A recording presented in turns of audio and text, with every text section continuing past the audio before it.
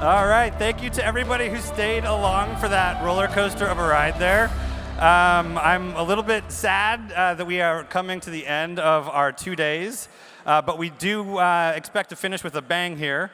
Our final panel before we get on to some drinks, which I hope everybody sticks around for, is called Layer 1 Evolution, Defining the Next Phase of Blockchain Infrastructure. Please help me welcome to the stage Beniamin Mincu, founder of MultiversX, Arthur Breitman, co-founder of Tezos, Eric Piscini, CEO of Hedera Hashgraph, Kostas Chalkias, co-founder and chief cryptographer of Mysten Labs, and moderator Sheraz Ahmed, managing partner of Storm Partners. Welcome to the stage, gentlemen. Welcome to the stage.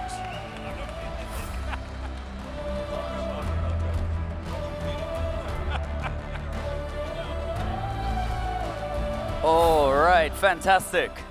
Well, it's great to see you all here. I guess you're probably waiting for the cocktails to come, but at least you have a great conversation before we go into the after party. Actually, I'm really looking forward to this one. I mean, I'm very surprised that none of our speakers here have any black eyes. It was quite an intense conversation backstage. So very much looking forward to presenting that to you all today. Maybe to give you a little bit of context, I'm going to be your moderator today. My name is Sheraz Ahmed, managing partner of Storm Partners. It's a great pleasure to be with you from Switzerland, and we're going to be discussing a little bit about the Layer 1 and their evolutions. I mean, Layer 1s now have millions of users, $1 billion in valuation. It's no longer just a project. It's something that is definitely real and tangible, as you can see from the men up here in front of you today. I'm going to give them a quick 30 seconds to just introduce themselves, and maybe you can give a quick USP of the blockchain you're representing today. Kostas, if you want to start. Of course, thank you so much. So I'm Kostas. I'm in the blockchain space since 2009, pretty much working with the team of Satoshi at the very beginning. I was an auditor for Ethereum many years. I broke many smart contracts. Eventually, I was hired by Mark Zuckerberg for the Libra project on Facebook. And then now I'm on the Mysten Labs, who is pretty much the creator of the Sui blockchain and Walrus for storage. Myself, I'm still a coder, pretty much a co-founder, but I'm writing code almost every day and designs. And on the cryptography side, I'm doing zero knowledge proofs. Good afternoon. Are you ready for drinks? I know you are ready for drinks. My name is Eric Piscini. I was born here, but I live in the US. I've been in blockchain for about 12 years, and I'm currently the CEO of Hashgraph, which is the team behind the Hedera network. Hi, everyone. My name is Arthur Breitman. I was also born here. I'm a co-founder of Tezos, which is a blockchain network. Exciting stuff. So, hello, Paris. Really great to be here. Always excited to meet the people in Paris. Great to see so many people actually coming. Beniamin Mincu, co-founder of MultiversX Labs. We've built an internet-scale blockchain. It's live, and now you can also vibe code on it. Just build something cool. Thank you. Thank you. Wonderful. Maybe can we get a raise of hands just to show the builders? Are there any builders on the MultiversX protocol over here? All right. Woo! Tezos. What? Hedera. There you go. And Sui. All right. OK. Still some great builders in the room. OK. So before we begin, I mean, I think it's important to note that from the USPs that I've kind of noted, that MultiversX talks speed, Tezos talks governance, Hedera talks enterprise, and Sui programmability. So there's going to be some interesting questions, I think, around those topics to be able to understand from each one what are their USPs. And I think, Beniamin, if we start with yourself around the whole performance and finality of things, I wanted to get your understanding of, is speed still a bottleneck in 2025? I know that you just released Andromeda, so just get an understanding from your side as you talk often about speed. Is it still a bottleneck? Is it something we should still be talking about TPS or not? So the most important point that I think we should always look at is technology ideally should feel almost sci-fi. That is, when you use the technology, you should not care what you use under the hood. You should just have this type of experience that feels as close to being magical. We've released Andromeda, and we have the Supernova release that's coming with sub-second finality in addition to the massive scalability that the network has. The fact that Andromeda is live and we have the one-shot finality is just something extremely tangible and useful for users and for builders alike. But the Supernova part will literally make it feel a bit sci-fi. Like you tap on a transaction, the sub-second finality is already like beyond the perception point where you need to think, wait, you just experience the technology. So I feel that's the extraordinary part that you don't have to care about it. And in addition to that, we have this cool, sexy app that we've just released last week, which is VibeOX. This just takes the barrier so low that average users from wherever they may be in the world can use AI to vibe code on MultiversX. And I feel, again, for the builder, you want a magical experience. You should almost feel about building as you feel about playing an instrument. Taking the instrument, playing a bit, see what comes out of it. And we've seen a tremendously exciting response for people that have typically not been hardcore developers. And I think that's what's really exciting. Not the TPS, not the speed, that's great, just insofar as you don't need to think about it anymore because it just works. But when you have that experience that in any way comes to the point where it feels magical, I think that's when you found something.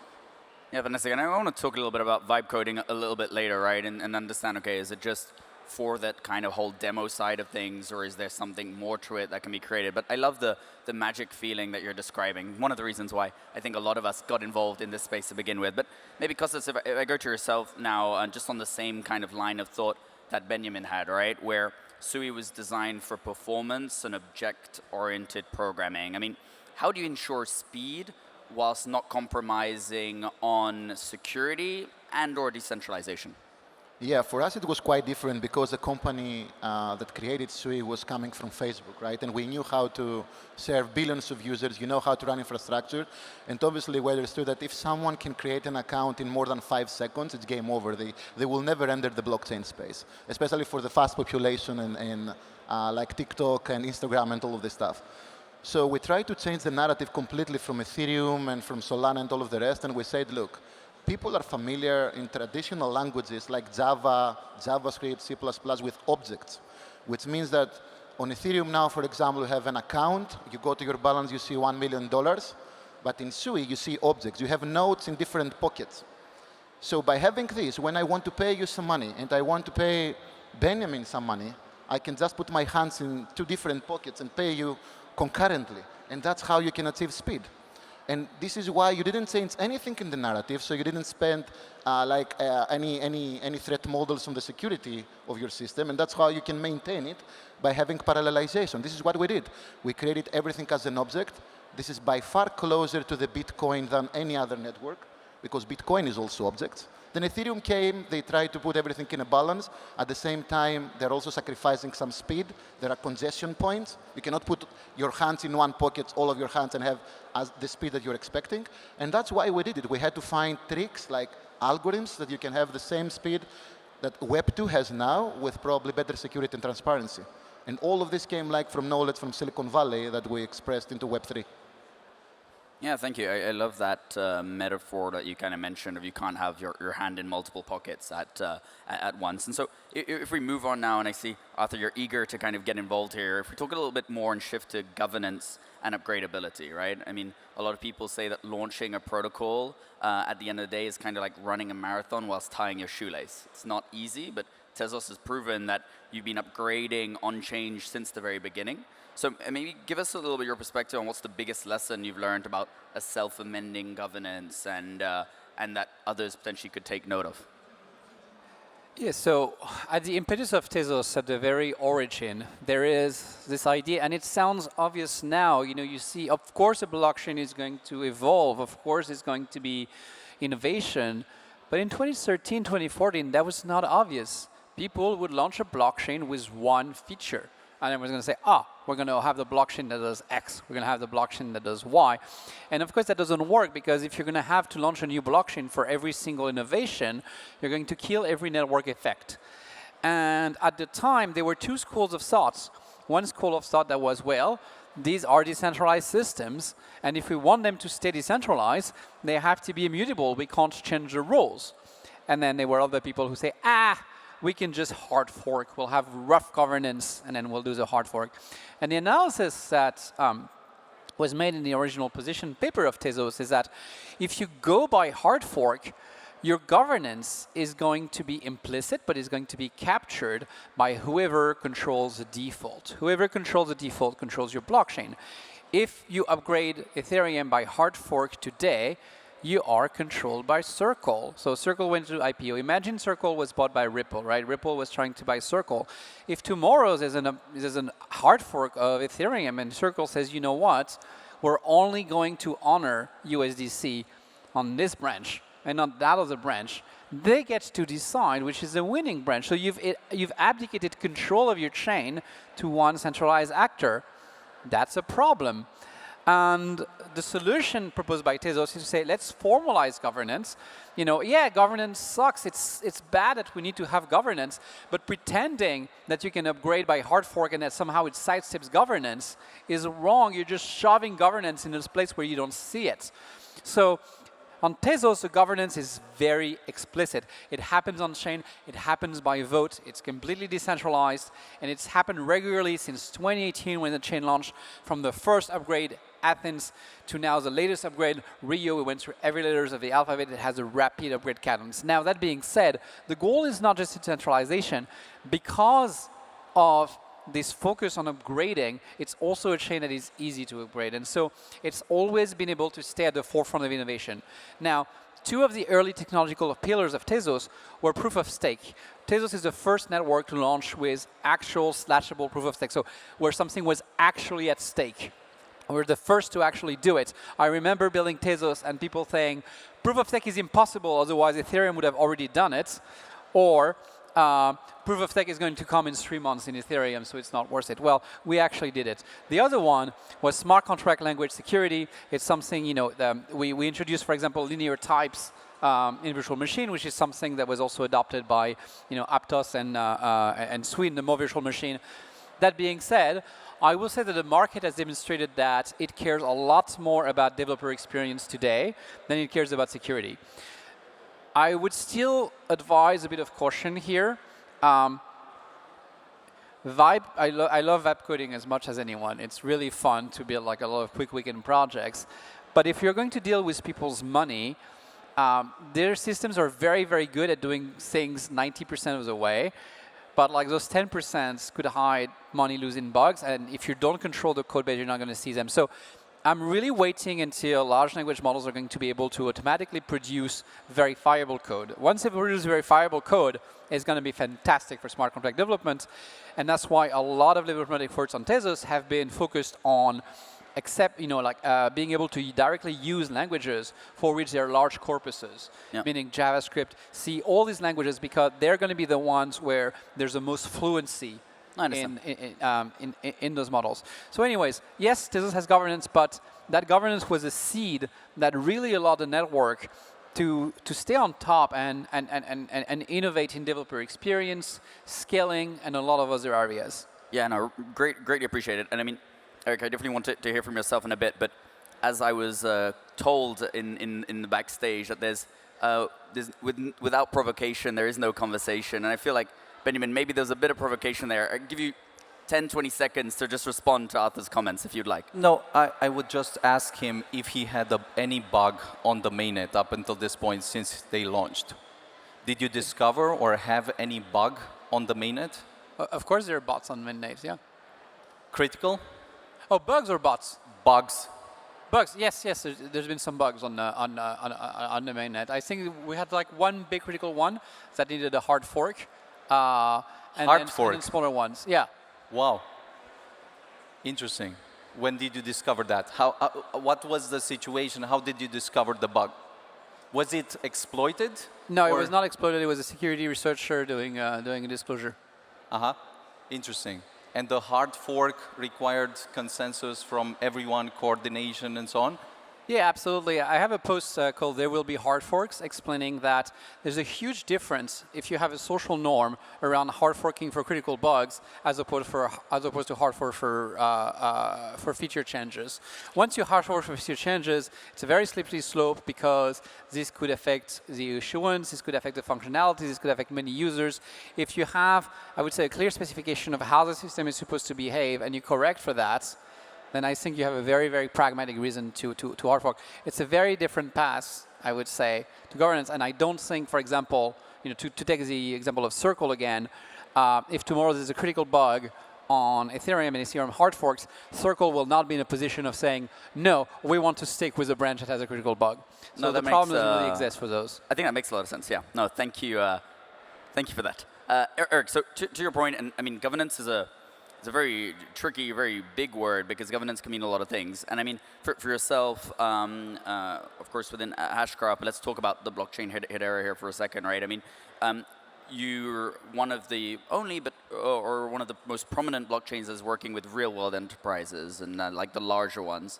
I mean, maybe can you give us some perspective here about the governance of that and how you balance a decentralized protocol's vision with boardroom accountability? Yeah, and I think. So first, what I wanted to say is the performance of a blockchain today does not matter as much as what it used to be, right? Everybody is getting good TPS, good finality, good, right? So I don't think we're going to differentiate ourselves on the core of the technology anymore because everybody is kind of at that level. Governance is going to be a big differentiator. And from the beginning, 2018, Hedera said, we're going to build a governing council who's going to be the one deciding on how to run the network, how to upgrade the code, how to decide on any changes to the code. And we will run the nodes. So we are a permissioned public blockchain. And that's a big decision we made early on because we knew that in order to go talk to large enterprise, we needed that level of certainty from a governance point of view, right? It was very tricky for us to say the governance is going to be done by people you don't know, right? That's really hard to explain when you go to market. So we said, okay, now we have Google and IBM and Dell and many others running the network for us, and that's a credibility play that's really big for Hedera today. Appreciate it. I'm going to come back to some of those case studies, but before I do, I want to go nuclear a little bit for a second here and pass the word again to Arthur. I mean, you have been tokenizing uranium, and maybe it's not the same uranium that makes nuclear bombs, but let's say a similar one. I mean, tell us more about that use case, because we know a lot of blockchains are tokenizing gold or some, let's say, easier ones. How did this idea come about? What is the impact of doing that, and your thoughts around kind of RWA's tokenization? I mean, the first thing I would say is, like, if you want to buy gold, you have so many options, right? You could buy gold ETFs, you could buy gold coins. There are different fintechs that will sell you gold. You can buy futures. And yes, there's different products doing tokenized gold. I'm not against tokenized gold. It's great. But it's a market that's getting quite saturated. Now, what's a super important commodity? Uranium. Everyone's building new nuclear power plants at the moment. The projected demand for energy from AI data center is going through the roof. And people are not starting uranium mines fast enough. So uranium is a hugely important commodity, and compared to gold, it's completely neglected. Like, there's just no vehicles for doing it. There's a closed-end fund that trend in Canada and in the UK. They don't really track the NAV because they're closed. So there's just like no good access for something that should be super, super important. It's uranium oxide, by the way, U3O8. So it's before it's refined, also known as yellow cake. It's something you find in the ground. You don't want to eat it, but it's not as sensitive as refined uranium. So yeah, it's been super exciting because it's a product of the future. I also think that cryptocurrencies, in some form, you can think of them as technologically flavored commodities, and uranium is also a technologically flavored commodity. So if one appeals to you, maybe the other does as well. I'm super excited by it. It's like, can you get exposure to technology via a commodity? Yeah. And that's what uranium does. No, I appreciate it. And maybe Eric, back to you. I mean, you've been very vocal that tokenization is really delivering real value, not just hype. Could you walk us through some use cases with some of the enterprises that you've been working on? Yeah, I'm sure you heard about tokenization 20 times today, just from different panels. But tokenization of real estate, right? We've done that with many different companies. Tokenization of any kind of financial instruments. We were talking about tokenizing identity as well, but not in the context of tokenizing your identity, but in the context of tokenizing the identity of an AI agent, for example. That's an interesting topic. I haven't heard too much about this. So you can tokenize an AI agent, and then you can rent that AI agent depending on what you want to achieve, and you can benefit from renting that agent because you own a token of that agent, right? You can tokenize a lot of things, which is very interesting. Real estate is the one that's very tangible for people because you can be outside of the US and you can buy $200 worth of a project in the US if you want to. You can do that and you can sell it 2 days later, which is today impossible in real.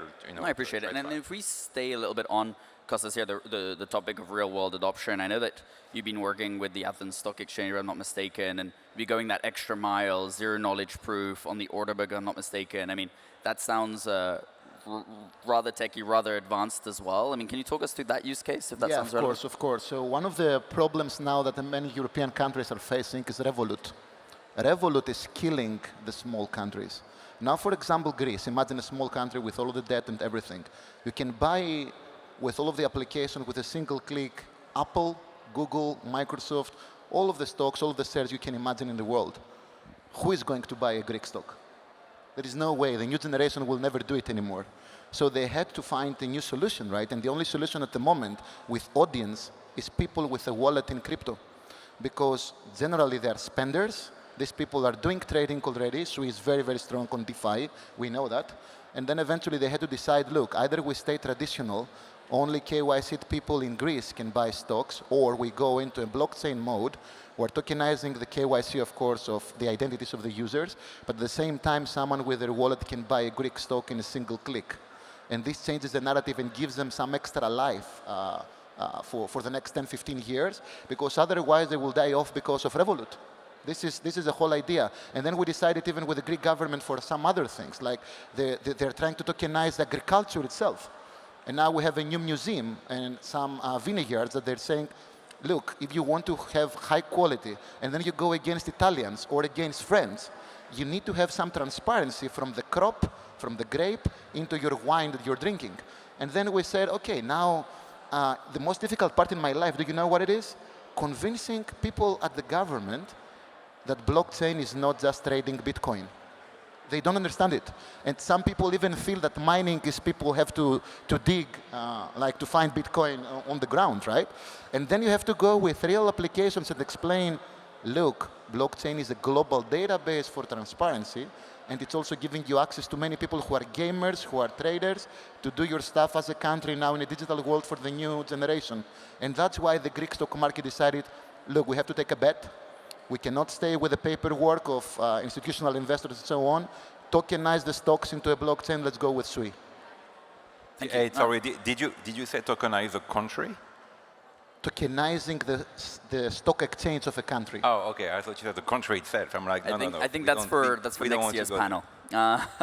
Maybe if we jump now onto our next kind of segment, which is UX, developers, ecosystem growth. And here, Beniamin, for yourself, I mean, the new X portal, at least in my opinion, the update really emphasizes on the mix of UX and security.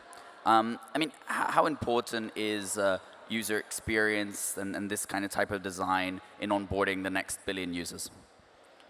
So I think entire discussion for many years has been, in some sense,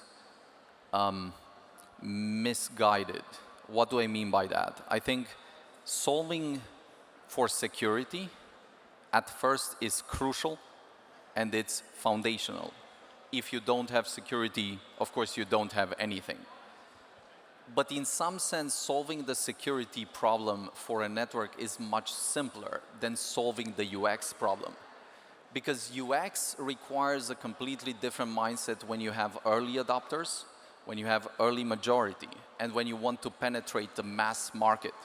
So whether you talk about users and the expectations and understanding that users have generally, approaching the first million users, the first 10 million, the first 100 million is very different from approaching the first 1 billion users. And then this similarly applies to builders. I believe that for too much time, we've been only focused on the giga brains, like exceptional people that are brilliant, can understand rocket science and hardcore math. And those are the special chosen ones only that will build on blockchains. But this has needlessly restricted the entire conversation related to builders to only a few people. And I believe there's a kind of revolution in terms of user experience and barriers that have been knocked down with the last application that we've shared, where through AI, we're simplifying the experience and saying, you know, writing code is not the hardest thing anymore. You can actually write code with AI, start a conversation, build an application, and do it today. And we've seen that people have a crazier reaction and excitement to this than almost anything else. Because up until this point, the way they could interact maybe with blockchains was only trading, investing, and so on, and that's cool. That's important. Yeah. But then when you put this tool in the hands of people, it changes their perspectives, and you tap into a completely different market segment, where you go from millions to maybe tens of millions of users that become builders today through an application like ViboX. Yeah, I understand, and I think it's easier to judge than it is to create. And if you have more people trying to create that, they start understanding, okay, well, this is usable, and then that subjectivity layer maybe kind of reduces. Maybe, Kostas, to yourself here, I mean, you've spoken about developer-first design, and have a bit of kind of a tricky one for you. I mean, is better tooling more important than more liquidity at this stage of Web3? I think they're equally important. For us, especially for the creators of Sui coming from Facebook, we realized that, oh, the people who know Java, C++, and JavaScript are in the hundreds of millions probably across the world. The people who are doing Solidity, Move, or all of the other languages here are just a few thousand. There were many, like at the very beginning, there was like the misconception that we have to take like developers from Ethereum and get them into the Sui Move, and like vice versa. Like it was a debate. But it was a big mistake, right? Everybody was doing the big mistake that, oh, I'm going to get the few thousand users like developers from the other chain that they're coming to us. No, no, no. You need the Java developers and the JavaScript developers as well. That's why you have to design systems that are familiar with someone who is working for a bank, which at the same time, this person is also a user of the blockchain. And then there was an indistinguishability element where you say, oh, the developers themselves are the first advocates for the community because they're like in a scale-free network. They are the clusters where they're convincing their government, their CEOs, or all of the people who have influence in the country to use blockchain technology. And this is where you start. So eventually they're connected. They're not like two different groups necessarily. What we did is we helped the developers to, of course, the AI tooling is playing a huge role now. The learning curve between Solidity users 2017 and 18 and now, it's completely different. Someone can learn typing on any new language in 2 days. In 2 days, you can write a smart contract, and there are tools now to check if your smart contract is secure. Again, it's AI. I don't believe this problem exists anymore. You just need to make it easier for people to use it. At the same time, users, we have to forget the passwords. I know personally, because I was in the cryptography team and security team of Facebook, the average Instagram user will never remember a 12-word password. There is no way this will happen. So we have to figure out some other things like Face ID or login with Google and Facebook, like we have ZK login on Sui, that onboarding is becoming seamless. And imagine that Sui is also a platform that many gamers are coming, AAA games. These people cannot change their behavior. They just want to very quickly. People are like getting bored nowadays, And right? just get there. Yes, single click. You have an account on chain. You can now do trading. You can now play your game. You can now do whatever you want. And one, Nothing 2, 3. else. Yeah, no, I understand. And as we're approaching the end of our panel here, I mean, I have a question for anyone that would like to take it. So, are we still building for, let's consider the crypto natives in the audience, or should we start building for the BlackRocks, the Reddits, the governments of the world? And some of them, of course, in the audience, and I'm very happy to say that we are seeing more of a mix, but it does still feel like there's two segments of demographic, more crypto native or more traditional native. Well, we can't, that's a choice that we cannot make, right? You cannot decide to stop building for the people who have been supporting you for the last 10 years and say, forget about that, I'm moving on. But I think, you know, if you want a little bit of provocation, I would say one of the mistakes we made in the industry is we should not have built wallets to begin with. Because the wallet is actually now the entry into the world of crypto, and it's, I would argue, none of them are really good, right? And it's not actually the right way to engage. We should not ask people to engage with the wallet to engage with the blockchain. We should ask people to your point, dream about something, experience something, and the wallet and the blockchain and everything else should be transparent for them. And so the wallet is actually one of the legacy, if we can talk about legacy in crypto, I think that's a legacy that we are going to have to overcome to move forward. Yeah, please, Arthur. Yeah, interestingly, first of all, you need to build for everyone, right? And these are neutral platform, and I think their value comes from being neutral platform and being accessible to everyone and open to everyone. I think that is fundamental to the value prop of blockchains, this openness. That's number one. Number two is, I care a lot about security, and I think especially for institutional use cases, for real use cases, security is going to matter a lot. Paradoxically, I think security has mattered very little until now. And the reason is, if your main use case is you're going to go buy a meme coin, and you say, hey, I have a 1 in 1,000 chance that this meme coin is going to 1,000x. If you say, like, well, on top of that, you should add like a 1 in 10,000 chance that there's a bug and all the money is going to be drained. You don't care because it's a long shot. It's a long shot anyway. So wormhole gets hacked. Whatever. We'll keep playing. Ronin gets hacked. Whatever. People don't care. The BlackRocks and all these people, they do care tremendously, and so I think they will change the dynamic in the industry. Number one. Number two, I think we've been talking about user experience and developer experience in one breath. They are still distinct population, and it should not be like lumped into the same bag. They have different, they do different things, and they have different needs. I already commented on like vibe coding for users. The thing for developers is like most smart contracts are a few smart contracts. You have multi-signature, a DEX, lending protocol, and a token. And this is why you've seen the popularity of frameworks like OpenZeppelin. A lot of people, they want to do some touch-ups, they want to do some things, but there's not a lot of smart contracts beyond that. And the ones that are beyond that tend to be extremely sophisticated. Like they are, and there's the most exciting ones, but there's also the one that you're least likely to be able to just dream. AI, large language models, reasoning models will get to the point where they can do formal verification, and that will be a huge game changer, not just for blockchains and crypto, but for all of cybersecurity. Yes. I think that will come in the next couple of years. But for now, I do think that security is going to become more important, not less important, even though paradoxical lesson has been that it wasn't so important.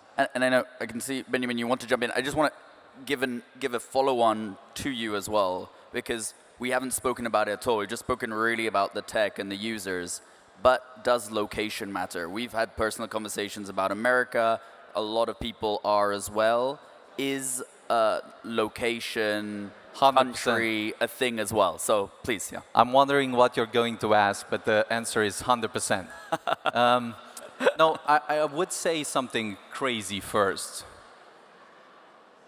What we are going to see much faster happen is we're going to see the first billion agents and AI on-chain than the first billion humans.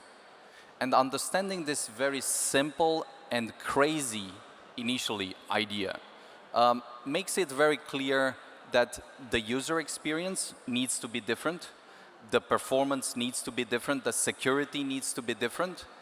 But the most important part is understanding what that actually entails in practice. Building the rails to enable this type of coordination, transfer, and so on, and accommodating to the speeds of what is happening in AI, not in 6 months, not in 12 months, right now. I don't think most people understand how crazy the progress is today. How O3 Pro that was released yesterday changes the perspective, and you have sort of genius level researchers that you could use today. So what I'm saying is we can certainly not build for the past. If we look where this technology will go, it's that direction and almost faster than any other direction on Earth. Now, US is just the bedrock of where this happens. You'll have it everywhere around the world, like Dubai and the UAE region, Asia, and so on. But I still feel there's no place on this earth like the US in terms of ambition, hunger, appetite, and craziness. And you cannot do it without all of them. So this is why location matters extraordinarily. And then if you're not in the US, it's a very hard pill to swallow that you don't exist. You might have the best product, but if you're not present in the biggest market of the world, it's a very tough reality. I'm choking on that pill already, unfortunately. This is why I'm in the US, by the way. US all the way. Kostas, you want to come on? I agree 100% by the way with everything. I also have data to support. I'm participating on hackathons. I don't know if you go like us, like co-founders and so on, and see how developers are producing stuff. There is no way someone will get into a new blockchain or doing something if they don't use an AI tool now. 0%. All of the people, I was in Vietnam 2 weeks ago, everybody is not even going to the documentation. Nobody's starting with the documentation anymore. They just go to ChatGPT or Gemini. They can see a template first. Oh, this is how I do my work. And this is when they're getting the inspiration, the stimulation in their brain to start working on the stuff. So we have to work under the assumption that there is not only users and devs, there is also agents now. The agents are going to pretty much be whatever Benjamin mentioned, the first billion like in numbers of users of the blockchain. And at the same time, I have the same feeling because the US at the moment is pretty much conquering this particular industry. You have to start from there and influence all of the evolution of AI to also be like very helpful for the blockchain itself, because there are two things are happening at the moment. AI is requiring the blockchain for transparency and ownership of the data. We cannot leave it like for free. Nobody knows how your data is used. And the only thing we have now as a weapon, as society, is the blockchain. And at the same time, the blockchain is requiring AI to evolve. Right? This is where we are at the moment. I cannot even imagine a world in the future without any of the two being like hand in hand together. Sounds like a beautiful symbiosis. And I think when we talk about beauty, we are in Paris, the city of love, and we are just about to wrap up our panel here. And I'm a bit of an optimist. I'm an idealist. I believe that coming together makes things better. I have a question for the four of you before we wrap up. We have 2 minutes, but can we imagine a world where Sui's object model runs on Tezos' governance, secured by Hedera's privacy protocol, scaled by MultiversX's sharding? I don't think there's a need. I'd rather Tezos do it all.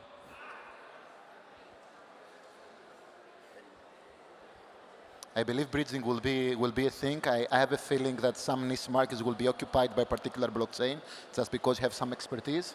But some bridging will happen eventually. I cannot see how we can avoid it. What I would say is very soon, people will clearly not care about what's under the hood. They will just dream an idea. It will be so exciting and so simple to put that idea into practice that the rest will be details, whether it happens on MultiversX with some other tools or in collaboration with this. I'm sure that these tools will enable them to interoperate, build, deploy, and do it in almost minutes, maybe, than what you had before. And I think that's the both builder and user mindset that we'd love to live in. I can add something as well. The AI eventually will tell you which blockchain is useful for what you're building, and the developer will not even see it.